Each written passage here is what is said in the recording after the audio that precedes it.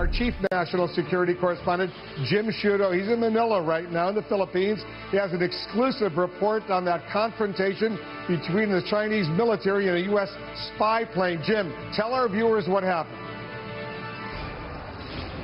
Well, if it comes down to a fundamental, potentially dangerous disagreement, though these islands are brand new, manufactured. In fact, China views them as sovereign territory. The U.S. views them as international waters, international airspace, and it demonstrates that, as it did today, by flying over them, sailing nearby them. Chinese protests getting louder, U.S. moves getting bolder, the tension there escalating.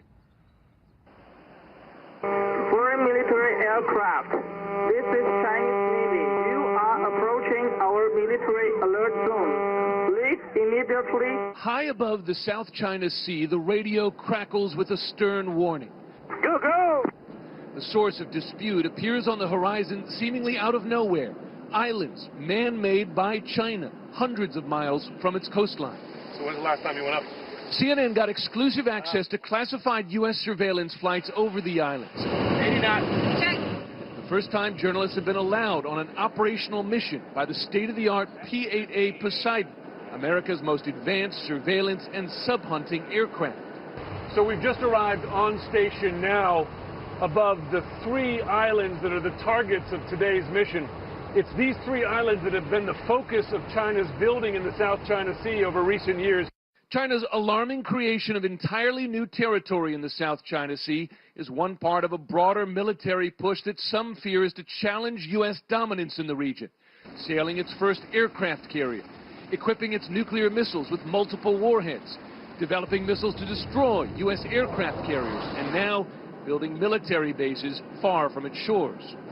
For the U.S., the islands are a step too far, and this flight is part of a new and bold American military response that may soon include sailing U.S. warships close by as well. In just 2 years, China has expanded these islands by 2,000 acres, the equivalent of 1,500 football fields and counting, an engineering marvel in waters as deep as 300 feet. You're a military man. You look at this, is there any doubt that that is a future military installation? It appears to be a buildup of military infrastructure, and not to mention we were just challenged probably 30 minutes ago, and the challenge came from Chinese Navy, and I'm highly confident it came from ashore on this facility here. What used to be the Fiery Cross Reef now has early warning radar, an airport tower, and a runway long enough to handle every aircraft in the Chinese military. Some are calling it China's unsinkable aircraft carrier. These videos of the islands, taken from the P-8's advanced surveillance cameras, never before declassified. In a sign of just how valuable China views them, the new islands are already well protected. There's obviously a lot of surface traffic down there. Chinese warships and Chinese Coast Guard ships. We heard the proof. The Chinese Navy ordering the P-8 out of the airspace not once, not twice, but 8 times on this mission. This is the Chinese Navy. This is the Chinese Navy. Please go away quickly. And like the surveillance videos, the audio of these warnings never before shared with the public. You heard over the intercom, Chinese Navy, this is the Chinese Navy. And what was interesting is that there were also civilian aircraft. There was a Delta flight on that same frequency that when it heard that challenge, it piped into the frequency to say, what's going on? The Chinese Navy then reassuring them, but as the flight crew tells me, that can be a very nerve-wracking experience for civilian aircraft in the area. And the more China builds, we're told, the more frequently and aggressively it warns away U.S. aircraft. This is a dredger actually pumping sand from under the water on top of an area they're trying to build up land. And we see this every day. So I think they work weekends when they're doing this because 24/7. It happens. We see it all the time. Looking at these islands, you see the landing strips, you see military barracks, you see roads being built, trucks driving on those roads, and squadrons of dredgers and cargo ships adding to them every day. I have to say, Wolf, as you see them, they look like very permanent installations. It's difficult to see how, even with increased U.S. military traffic in the area, how China backs down. Jim, why the increased concern about all of this right now? Because I know there is intense concern at the highest levels of the United States government. It's two things, Wolf. One, it is pace. Over the span of just 2 years, China has expanded the area of these islands from 5 acres to 2,000 acres, 400 times, and it's rising every day. We saw that today, but it is also this. It is the militarization of them, putting in landing craft that can carry the largest military aircraft in the Chinese arsenal, the early warning radar systems, deep water harbors that can accommodate Chinese Navy ships. It is that militarization that has the U.S. now considering a bolder military response. And when the Chinese military says to the American Poseidon, the crew up there, please go away quickly, what's the reaction from the crew inside that Poseidon surveillance plane? Well, they recite very calmly a script. They say that we see these as international waters, international airspace, and that the U.S. will continue peacefully. And I'll tell you, there was one instance there that when that American pilot delivered that message, I heard the frustration from the Chinese radio operator on the ground coming back simply saying, go, go, go away. You can hear the anger there. It's hard to see how this tension doesn't escalate going forward. Jim Sciutto with an exclusive report for us. Thanks very much. We're going to get reaction to that. That's coming. A new, blatant, and aggressive threat from Kim Jong-un. His forces will open fire on any South Korean ships moving into what he sees as North Korean waters. Tonight, South Korea, a U.S. ally, is angrily vowing retaliation. Threats like this from Pyongyang have kept America from being able to negotiate over Kim's nuclear weapons program, like it's trying to do with Iran. CNN has learned during the 2 years of America's obsessive attempts to prevent Iran from building even one nuclear bomb, North Korea has been greatly expanding its ability to make the nuclear explosive materials that it needs to make nuclear weapons. Former UN Weapons Inspector David Albright says in those 2 years, Kim Jong-un's regime has doubled the size of the enrichment plant at Yongbyon, which you can see in these satellite photos.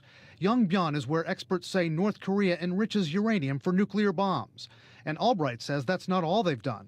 North Korea's been spending its own money to build up its nuclear weapons program, but it's also been shopping overseas to get the equipment that they need in order to build up their nuclear arsenal. Why hasn't the Obama administration pursued talks with Kim Jong-un's government as fervently as it has with Iran? White House and State Department officials tell CNN they're committed to drawing down Kim's nuclear weapons and are open to dialogue with Kim's government. But North Korea has to show a commitment, which it hasn't done yet. Analysts say there are other reasons. I think we have rapidly approached the point of no return over the past 5 years. This program has gained a lot of momentum over the past few years, and not much has been done to stop it. The result is ominous. Analysts say Kim's regime may well be able to fit nuclear warheads on missiles that can hit South Korea or Japan, and they're thought to be adding to their arsenal. North Korea could have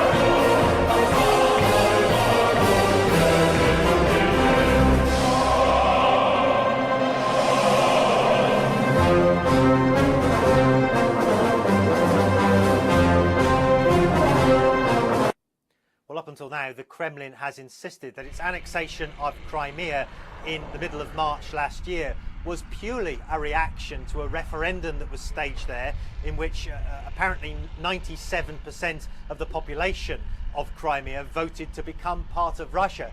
Now that position has changed. Vladimir Putin on state television as part of a documentary marking a year since Crimea became part of Russia, saying that in fact this was part of a pre-planned plan which was discussed some weeks before the referendum took place. Take a listen.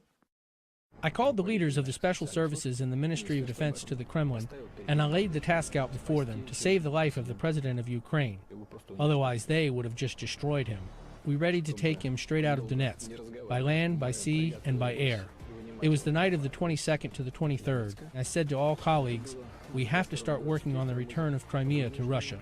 Well, Vladimir Putin there revealing also details of a plan to evacuate Viktor Yanukovych, the ousted president of Ukraine. Up until now, there had been no details about a special forces operation that had been set in motion to extract him.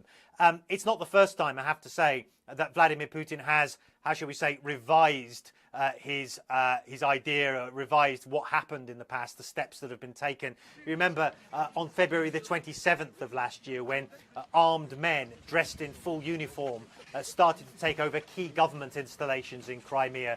The word from the Kremlin back then was that these are not Russian forces, these are purely self-defense groups that have assembled ad hoc on the ground. He then subsequently admitted that they were in fact Russian regular forces sent in to back the locals. And so, again, it's not the first time that Vladimir Putin has changed his story. And I suppose it raises the question, will he change his story again over other details? For instance, the deployment of Russian forces in Ukraine, in eastern Ukraine, which he categorically denies at the moment. Will that story change